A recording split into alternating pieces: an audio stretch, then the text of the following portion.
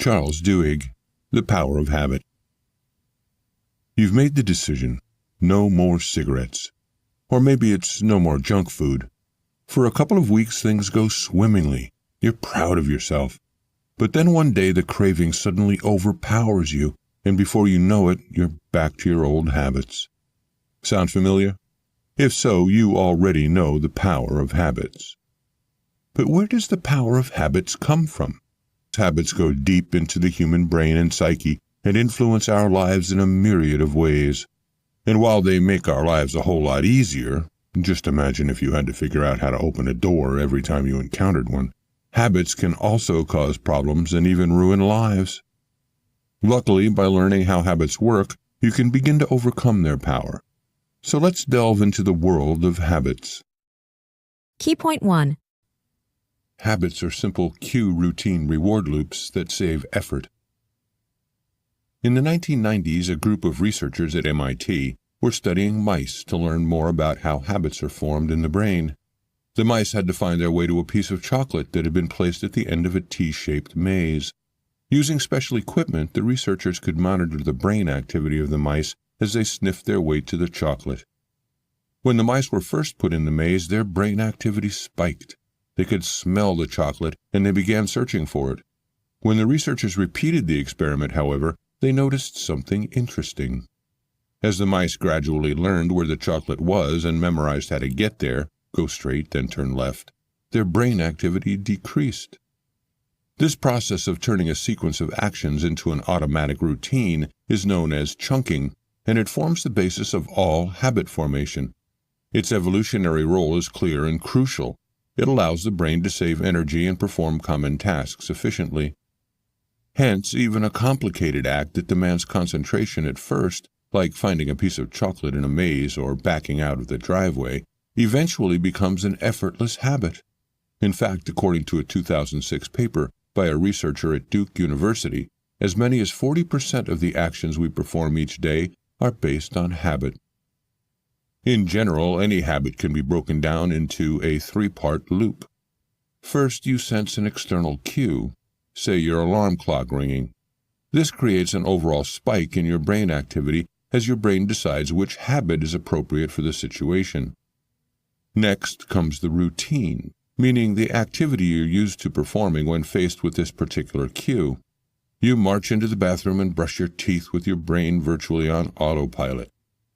Finally, you get a reward, a feeling of success, and in this case, a minty fresh tingling sensation in your mouth. Your overall brain activity increases again as your brain registers the successful completion of the activity and reinforces the link between the cue and the routine. Habits are incredibly resilient. In some cases, people with extensive brain damage can still adhere to their old habits.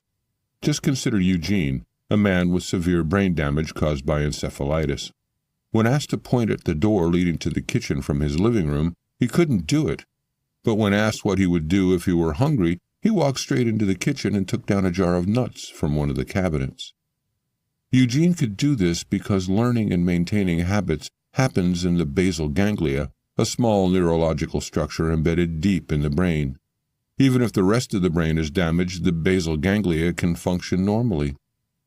Unfortunately, this resilience means that even if you successfully kick a habit, like smoking, you will always be at risk of relapsing. Key point 2. Habits stick because they create craving. Imagine this scenario. Every afternoon for the past year, you've bought and eaten a delicious sugar-laden chocolate chip cookie from the cafeteria at your workplace. Call it a just reward for a hard day's work. Unfortunately, as a few friends have already pointed out, you've started putting on weight, so you decide to kick the habit.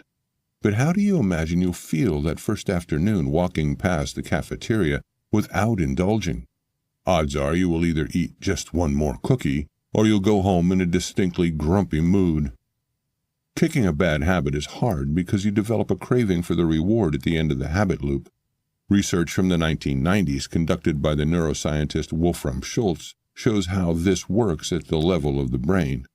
Schultz was studying the brain activity of a macaque monkey named Julio, who was learning to perform various tasks.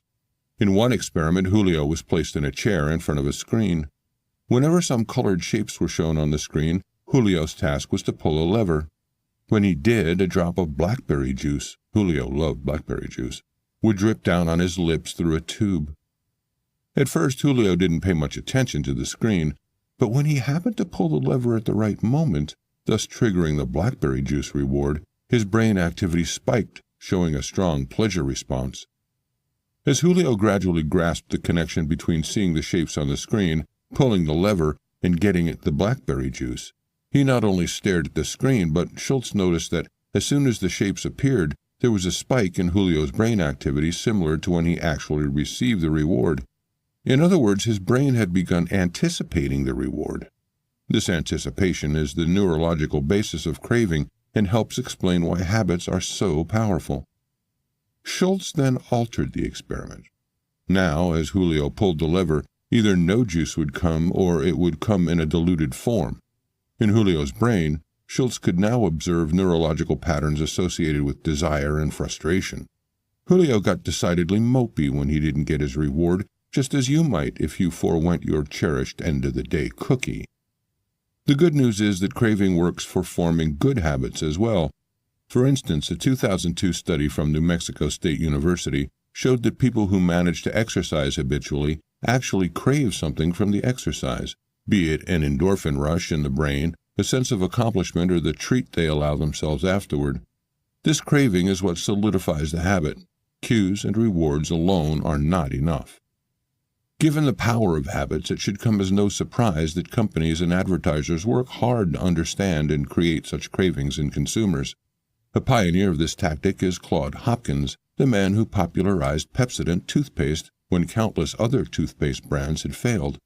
He provided a reward that created craving, namely the cool, tingling sensation that we've come to expect toothpaste to have. That sensation not only proved that the product worked in consumers' minds, it also became a tangible reward that they began to crave. Key point 3.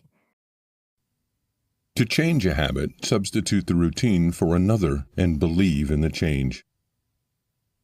As anyone trying to give up cigarettes will tell you, when the craving for nicotine hits, it's hard to ignore.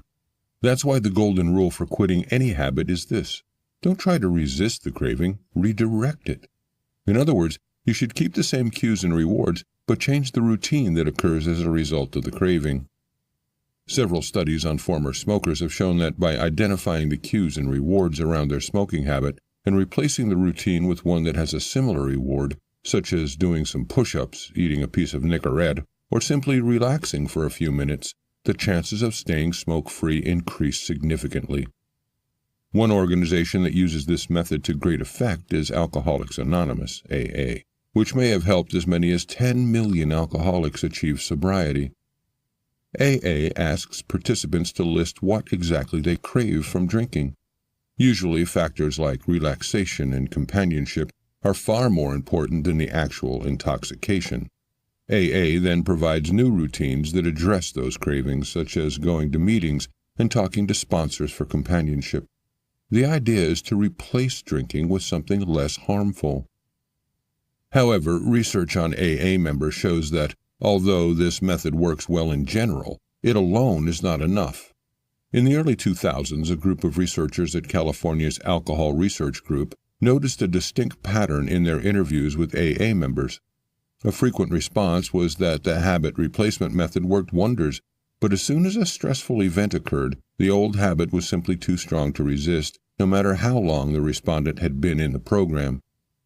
For example, one recovering alcoholic had been sober for years when his mother called to say she had cancer. After hanging up, he left work and went directly to a bar, and then, in his own words, was pretty much drunk for the next 2 years. Further research has indicated that those who resist relapse and remain sober often rely on belief. This is why spirituality and God feature prominently in AA philosophy. But it's not necessarily the religious component itself that helps people stay sober. Believing in God also helps participants believe in the possibility of change for themselves, which makes them stronger in the face of stressful life events. Key point 4. Change can be achieved by focusing on keystone habits and achieving small wins. When former government bureaucrat Paul O'Neill became the CEO of the ailing aluminum company Alcoa in 1987, investors were skeptical. And O'Neill didn't improve matters when, during an investor meeting in a swanky luxury hotel in Manhattan, he declared that rather than focusing on profits and revenues, he intended to make workplace safety his #1 priority. One investor immediately called his clients and said, "The board put a crazy hippie in charge and he's going to kill the company." O'Neill tried to explain his reasoning to the lukewarm investors. No amount of talk would reduce injury rates at Alcoa, he argued. Sure, most CEOs claim to care about workplace safety, but empty words would never lead to the formation of a company-wide habit, which is what would be necessary for real change. O'Neill knew that habits exist in organizations, and he knew that changing an organization's direction is a matter of changing its habits. He was also aware that not all habits are equal. Some habits, known as keystone habits, are more important than others because adhering to them creates positive effects that spill over into other areas. By insisting that worker safety come first, managers and employees would have to think about how the manufacturing process could be safer and how safety suggestions could best be communicated to everyone. The end result would be a highly streamlined and hence profitable production organization. Despite the investors' initial doubts, O'Neill's approach proved to be a huge success. By the time O'Neill retired in 2000, Alcoa's annual net income had increased 5-fold. Keystone habits can help individuals change too. For instance, research indicates that doctors have a hard time getting obese people to make a broad change in their lifestyles. However, when patients focus on developing one keystone habit, such as keeping a meticulous food journal, other positive habits start to take root as well. Keystone habits work by providing small wins, that is, early successes that are fairly easy to attain. Developing a keystone habit helps you believe that improvement is possible in other spheres of life too, which can trigger a cascade of positive change. Key point 5. Willpower is the most important keystone habit. In the 1960s, researchers at Stanford conducted what would become a very famous study. A large group of 4-year-olds was brought one by one into a room. In the room, there was a table with a marshmallow on it. A researcher gave each child a choice: either eat the marshmallow now or wait a few minutes and have 2 marshmallows instead. The researcher then left the room for 15 minutes. Only about 30% of the children managed not to devour the marshmallow in the researcher's absence. But here's the interesting part. When years later the researchers tracked down the study's participants who were now adults, they found that those who had exhibited the greatest willpower and waited the full 15 minutes had ended up with the best grades in school, were more popular on average, and were less likely to have drug addictions. Willpower, it seemed, was a keystone habit that could be applied to other parts of life, too. More recent studies have shown similar results. For instance, a 2005 study on 8th graders showed that students exhibiting high levels of willpower had better grades on average and were more likely to get into selective schools.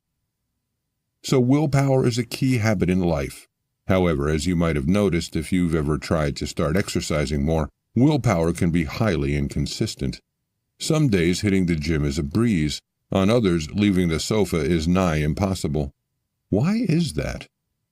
It turns out that willpower is actually like a muscle. It can tire.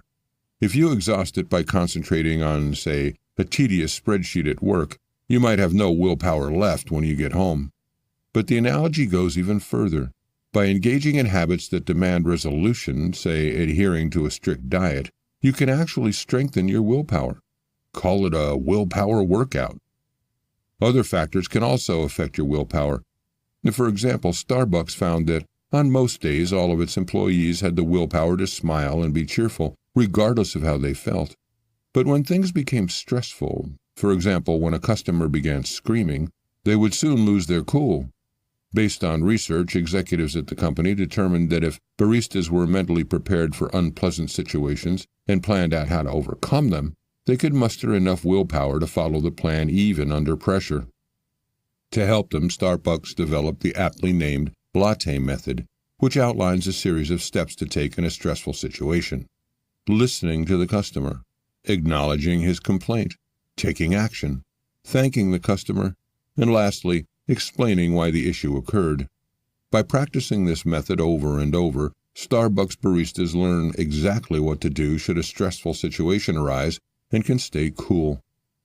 Other studies have shown that a lack of autonomy also adversely affects willpower. If people do something because they're ordered to rather than by choice, their willpower muscle will get tired much quicker. Key point 6. Organizational habits can be dangerous, but a crisis can change them. In November of 1987, a commuter at the King's Cross station in London approached a ticket collector and said he'd just seen a piece of burning tissue by one of the building's escalators. Rather than investigating the matter or notifying the department responsible for fire safety, the ticket collector did nothing. He simply returned to his workstation, thinking it was someone else's responsibility. This was perhaps not so surprising. Responsibilities in running the London Underground were divided into several clear-cut areas, and as a result, staff had formed an organizational habit of staying within departmental bounds. Over the decades, an intricate hierarchical system of bosses and sub-bosses, each highly protective of his authority, had emerged. The nearly 20,000 employees of the London Underground knew not to encroach on each other's terrain. Under the surface, most organizations are like this, battlegrounds on which individuals clamor for power and rewards. So in order to keep the peace, we develop certain habits, such as minding one's own business. Soon after the ticket collector returned to work as usual, a huge fireball erupted into the ticket hall, but no one present knew how to use the sprinkler system or had the authority to use the fire extinguishers. The rescuers, who were eventually called in after a long series of failures to act by several employees at the station, described passengers so badly burned that their skin came off when touched. In the end, 31 people lost their lives. The failure at the heart of this tragedy was that despite its complicated system of responsibility distribution, no single employee or department at the London Underground had an overview responsibility for the safety of passengers. But even such tragedies can have a silver lining. Crises offer a unique chance to reform organizational habits by providing a sense of emergency. This is why good leaders often actively prolong a sense of crisis or even exacerbate it. In investigating the King's Cross station fire, Special Investigator Desmond Fennell found that many potentially life-saving changes had been proposed years earlier, but none had been implemented.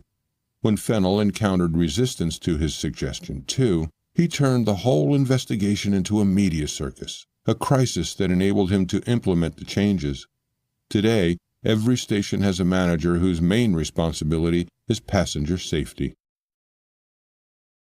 Key point 7. Companies take advantage of habits in their marketing. Picture yourself walking into your local supermarket. What is the first thing you encounter? In all likelihood, it's fresh fruits and vegetables laid out in lush piles. If you consider this for a second, it doesn't make much sense.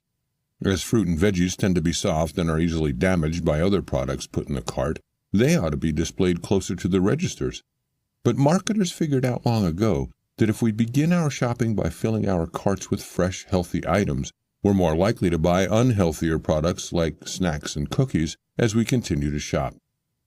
This might seem pretty obvious, but retailers have figured out far subtler ways to influence customers' purchasing habits. For example, here's a surprising fact. Most people instinctively turn right when entering a store. That's why retailers put their most profitable products to the right of the entrance. As sophisticated as these methods are, however, they have one big drawback. They're all one-size-fits-all and don't account for differences in the purchasing behavior of individual customers. Over the past few decades, however, increasingly sophisticated technology and data collection have made it possible to target customers with breathtaking precision. One of the true masters of this game is the American retailer Target, which serves millions of shoppers annually and collects terabytes of data on them. In the early 2000s, the company decided to use the full force of its data to target a particular segment of the population, long known to be one of the most profitable: new parents. To get a leg up on its competitors, however, Target wanted to do more than market to new parents. It wanted to draw in expecting parents before their babies had even arrived. To accomplish this, it set out to determine pregnant women's purchasing habits. In the end, Target's analysis worked so well that it marketed to a pregnant teenage girl who hadn't yet told her family about her situation.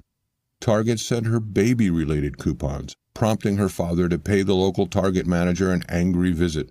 "She's still in high school," he said. "Are you trying to encourage her to get pregnant?" When the truth came out, it was the abashed father's turn to apologize. But Target soon realized that people resented being spied upon. For its baby coupons to work, it figured out a clever way to bury them amid random and unrelated offers for things like lawnmowers and wine glasses. The offers had to seem like the familiar, untargeted ones. Indeed, when trying to sell anything new, companies will do their best to make it seem familiar. For example, radio DJs can guarantee a new song becomes popular by playing it sandwiched between two existing hit songs. New habits or products are far more likely to be accepted if they don't seem new. Target got a lot of flack for its invasive approach to marketing, but that doesn't mean it wasn't a smashing success. Due in large part to its work with targeting pregnant women, the company's revenues grew from $44 billion in 2002 to $65 billion in 2009. Key point 8. Movements are born from strong ties, peer pressure, and new habits. In 1955, a black woman named Rosa Parks refused to give up her bus seat for a white man in Montgomery, Alabama. She was arrested and charged, and the events that followed made her a civil rights icon. Interestingly, her case, though it's become the most famous, was neither unique nor the first. Many others had already been arrested for the same reason. So why did Parks's arrest spark a bus boycott that lasted over a year? First of all, Rosa Parks was especially well-liked in the community and had an unusually broad array of friends. She belonged to many clubs and societies and was closely connected to all kinds of people, from professors to field hands. For instance, she served as the secretary of the local NAACP chapter, was deeply involved in a youth organization at a Lutheran church close to where she lived, and spent her spare time providing poor families with dressmaking services, all while still finding time to make gown alterations for young debutantes from wealthy white families. In fact, she was so active in her community that her husband would sometimes say she ate at potlucks more often than at home. Parks had what is known in sociology studies as strong ties, that is, first-hand relationships with plenty of people from across different social segments of her community. These ties not only bailed her out of jail, they spread word of her arrest throughout Montgomery's social strata, thus sparking the bus boycott. But her friends alone could not have sustained a lengthy boycott. Enter peer pressure. In addition to strong ties, social spheres also comprise weak ties, meaning acquaintances rather than friends. It is mostly via weak ties that peer pressure is exerted. When a person's larger network of friends and acquaintances supports a movement, it is harder to opt out. Eventually, commitment to the boycott began waning in the black community as city officials began introducing new carpooling rules to make life without buses increasingly difficult. This is when the final component was added, a speech by Dr. Martin Luther King, Jr., advocating nonviolence and asking participants to embrace and forgive their oppressors. Based on this message, people began to form new habits, such as independently organizing church meetings and peaceful protests. They made the movement a self-propelling force. Key point 9. We bear responsibility for changing our habits. One night in 2008, Brian Thomas strangled his wife to death. Distraught, he promptly turned himself in and was prosecuted for murder. His defense? He was experiencing something scientists refer to as sleep terrors. Research has shown that unlike sleepwalking, during which people might get up from bed and start acting out impulses, when a person experiences sleep terrors, the brain effectively shuts down, leaving only the most primitive neurological regions active. Since he was in this state, Thomas thought he was strangling a burglar who was attacking his wife. In court, the defense argued that the instant Thomas thought someone was hurting his wife, it triggered an automatic response, an attempt to protect her. In other words, he followed a habit. Around the same time, Angie Bachman was sued by the casino company Harrah's for $500,000 in outstanding gambling debts. This was after she had already gambled away her home and her $1 million inheritance. In court, Bachman argued that she too was merely following a habit. Gambling felt good, so when Harrah sent her tempting offers for free trips to the casino, she couldn't resist. Note that Harrah knew she was a compulsive gambler who had already declared bankruptcy. In the end, Thomas was acquitted, and many, including the trial judge, expressed great sympathy for him. Bachman, on the other hand, lost her case and was the object of considerable public scorn. Both Thomas and Bachman could quite plausibly claim, "It wasn't me, it was my habits." So why was only one of them acquitted? Quite simply, once we become aware of a harmful habit, it becomes our responsibility to address and change it. Thomas didn't know he would hurt anyone in his sleep. Bachman, however, knew she had a gambling habit and could have avoided Harrah's offers by participating in an exclusion program that would have prohibited gambling companies from marketing to her. Conclusion. Following habits is not only a key part of our lives, but also a key part of organizations and companies. All habits comprise a cue routine reward loop, and the easiest way to change this is to substitute something else for the routine while keeping the cue and the reward the same.